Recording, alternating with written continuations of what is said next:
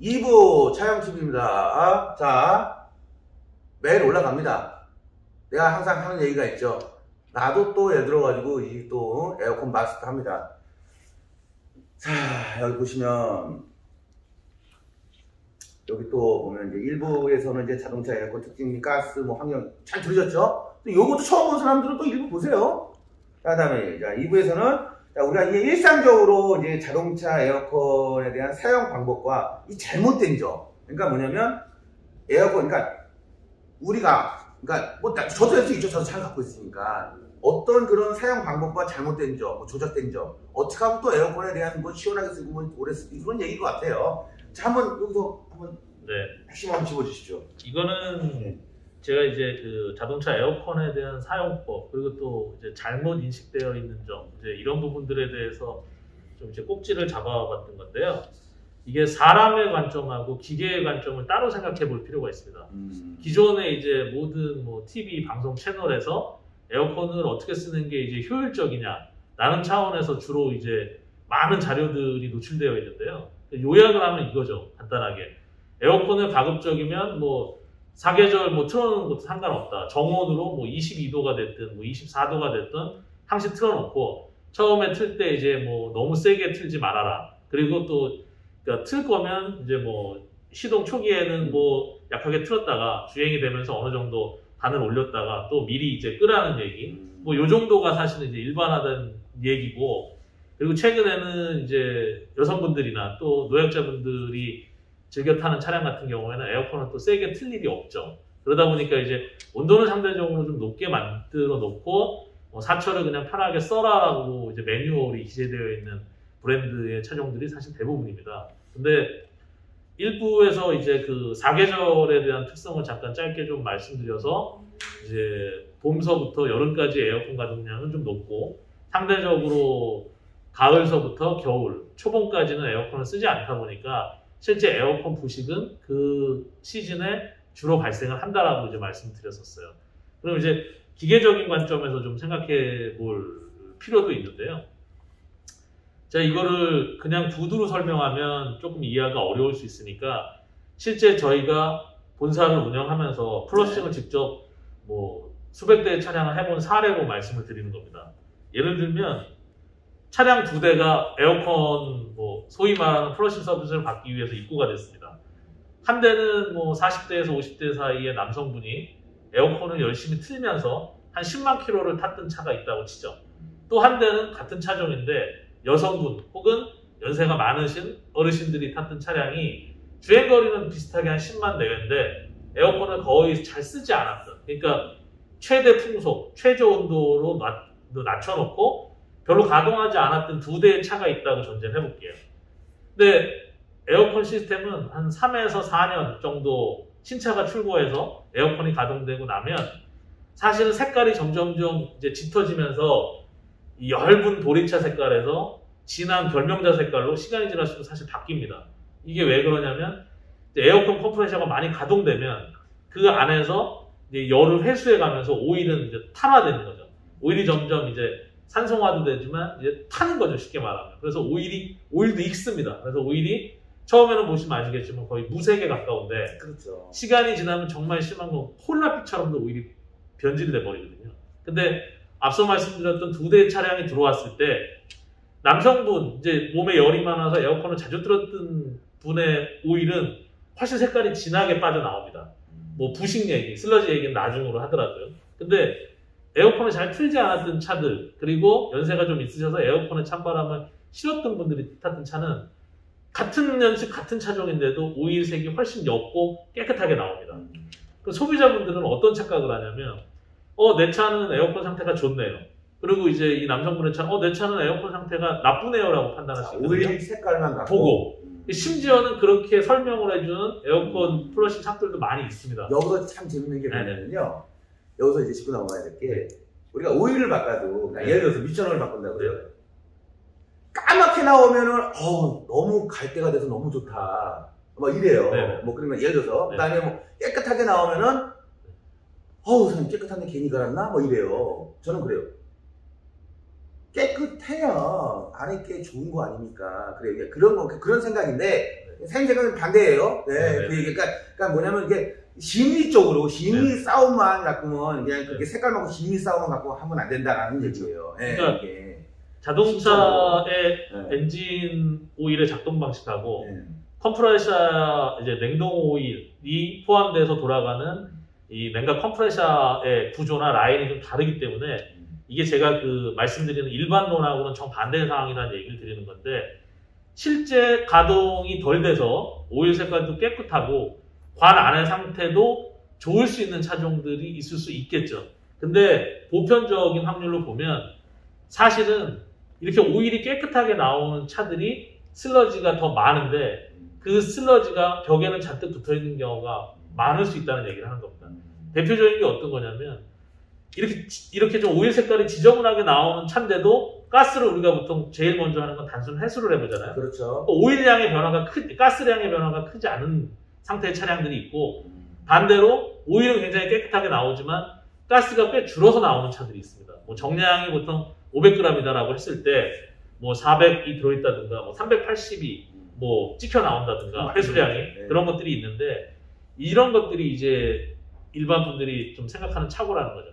슬러지 안에 자주 사용하지 않으면 관벽은 굉장히 이제 사람이 동맥경화 걸리면 좀 지저분해질 수 있는데 그런 상태에서 내부 압력이 높아지니까 가스는 일정량의 압력을 유지하기 위해서 바깥으로 빠져버리고 그리고 오일은 사용이 안 돼서 오일은 깨끗하게 나올 수 있는 거죠. 근데 이런 차들 같은 경우는 앞서 여성분이나 노약자들이 탔던 차종 같은 경우는 실제 가스를 교환하고 오일을 교환을 단순히 했을 때 온도가 정상화돼서 낮춰지는 효과가 오히려 열심히 썼던 차량보다 현저하게 좀 차이가 날 수도 있다는 점도 일반 분들이 좀 아셨으면 좋겠고요. 제가 여기도 들으니까 이런 것 같아요. 그러니까는 좀 같은 조건 안에 이렇게 예를 들어 트는 거야 뭐 그렇다 치면 연식에 따져서 이제 잘 쓰신 분, 그러니까 자기가 좀 예를 들어가지고 이제 뭐 콜라페처럼 이제 좀 탁하게 나오신 분들은 이제 그 안에 슬러지가 많이 이제 포함돼서 이제 많이 순환돼서 나온다는 얘기고 좀 맑은 분들은 그러니까 다 그런 건 아니지 않습니까? 그렇지만 의심을 했다는 얘기죠. 얘가 많이 안 돌아왔으니까 옆에 벽에 슬러지들이 많이 붙어 있다는 얘기예요. 대략 이제 그런 것들은 이제 어떻게 보면은 뭐 본인들 보면 좋겠지만 솔직히 기술적으로 들어가면 그런 부분에 대해서 첨가제가 있지 않습니까? 그렇죠. 그런 걸 하나 넣어가지고 이제 그런 거 있고 이제 요 차후에도 얘기를 합니다. 이제 그래서 그런 걸 해결할 수 있는 방법들 이런 것도 차후에 뒤에 있어요. 계속 시청을 하셔야 된다는 얘기예요. 이게 앞에는 우리가 옷만 띄면서 하지만은 실제로 뒤로 가면 핵심적인 어떻게 이렇게 하면 해야 된다, 이렇게 해야 된다를 딱 찍어줍니다. 그러니까 이제 에어컨의 실질적인 사용법에 대한 얘기를 드리고 싶어서 이 얘기를 조금 장황할 수도 있게 설명을 드렸는데요. 에어컨은 쓰실 때 차라리 최저 온도로 낮춰놓고 풍량이 너무 세다라고 하면 풍량을 줄이는 한이 있더라도 온도를 그냥 낮춰놓고 쓰십시오. 그러니까 자주 쓰는 게 기계 고장과 부식을 막는 방법입니다.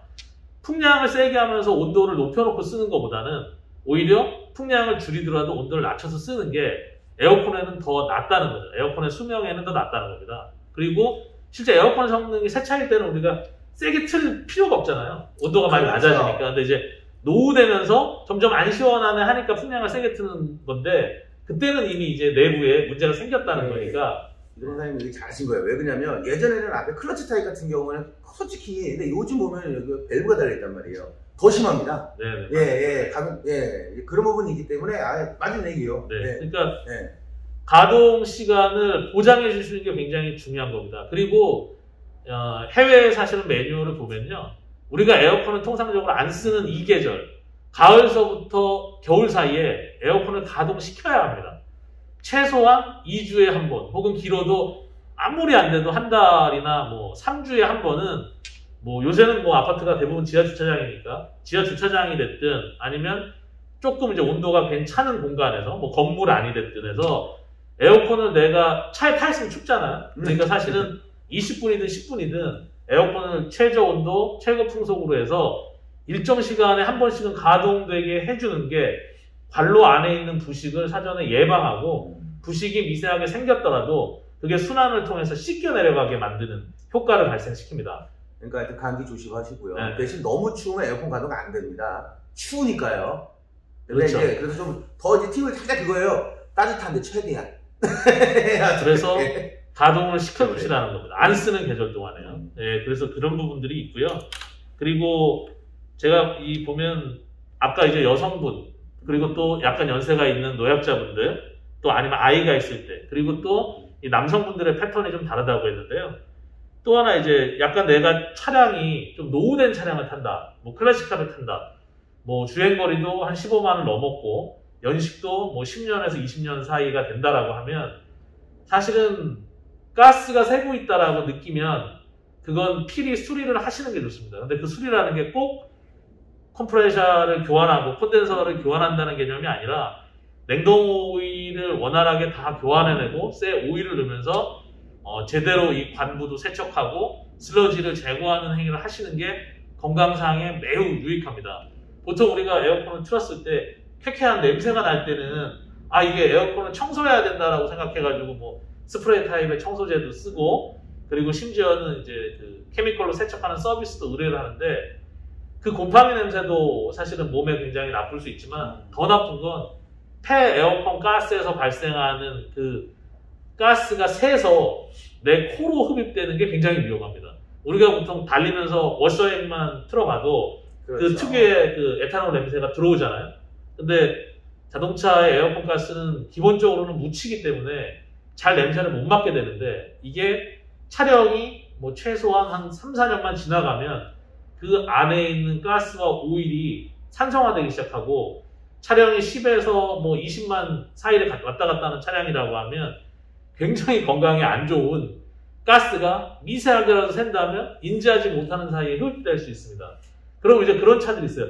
이 차만 타면 에어컨 머리가 아파가지고 에어컨을 못 트는 거죠. 뭐 냄새는 둘째 치고. 근데 그런 차들은 그게 인체에 굉장히 위험할 수 있으니까요. 그런 부분들에서는 필히 어떤 부품의 교환 전에 플러싱 서비스를 고려하시는 게 좋습니다. 이거는 제 개인적인 사례이기도 한데 이레콤을 한국에 처음 런치해가지고 정말 많은 골치 아픈 차량들을 저희가 플러싱 서비스를 통해서 뭐 가스가 새는 현상이라든지 안 그러면 전혀 온도가 시원하지 않은 그런 증상들을 많이 개선해 드렸는데 그 과정에서 제가 첫 회차에 예전에 그런 얘기를 드린 적이 있었을 거예요.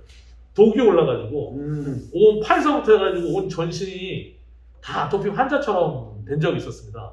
그만큼 폐 오일의 성분이나 가스의 성분이 건강에 유익하지 않기 때문에 이런 냄새라든가 어떤 그 신호, 오일이 샌다든가 하는 게 느껴진다라고 하면 필히 플러싱 서비스를 받으시는 것을 권고를 드립니다.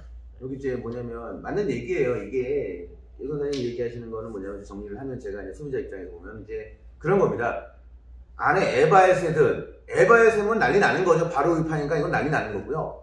콘덴서에 새든 호스가 새든 뭐 오링에서 새든 전부 다 엔진룸 안쪽으로 해가지고 앞쪽에 있는 카우 닥트 쪽으로 지나가게 되어 있습니다. 웬만해서요. 그렇기 때문에 앞에서 또 히터를 틀는 걸 빨아 당기지 않습니까? 그런 안 좋은 가스들이 세월이 지나면은 안 좋은 가스들이 발생되는 그 누설이 되면 그게 실내로 들어와서 내가 마신다는 얘기죠. 그리고 실제로 정비를 하다 보면은 이게 처음에 예를 들어 2, 3만 된 차 뜯어보면은 그렇게 그냥 가스 냄새와 오일 냄새밖에 안 나요. 모터를 만져도 상관없습니다. 근데 얘가 막 10년, 20년 지난 차들 보면은 뜯었을 때 한 번도 냉동을 교환 안 하고요. 장난 아닙니다. 색깔도 냄새가 아주 고약해 가지고요. 이 샵 자체가 난리가 나요. 냄새가 여기 빠지려면요. 가스가. 그러면 결국은 우리가 장비를 해서 장비도 고장날 수도 있고요. 실제로 그런 거를 그러니까 정확하게 밀봉이 되어 있으면 상관이 없는데 누출이 된다고 하거나 사고가 난다거나 어떤 누설이 됐을 때는 인체에 굉장히 안 좋다라는 얘기죠. 그리고 이 냉동 오일이라는 걸 이제 교환하면은 너무 이제 그러니까 정기적으로 잘 관리해서 교환해야 다른 케미컬들이 필요가 없어요. 좋아요. 뭐 나중에 설명드리겠지만은 그렇지만은 때에 맞게 넣어야겠지만은 누설이 되면 냉동 오일도 같이 나옵니다.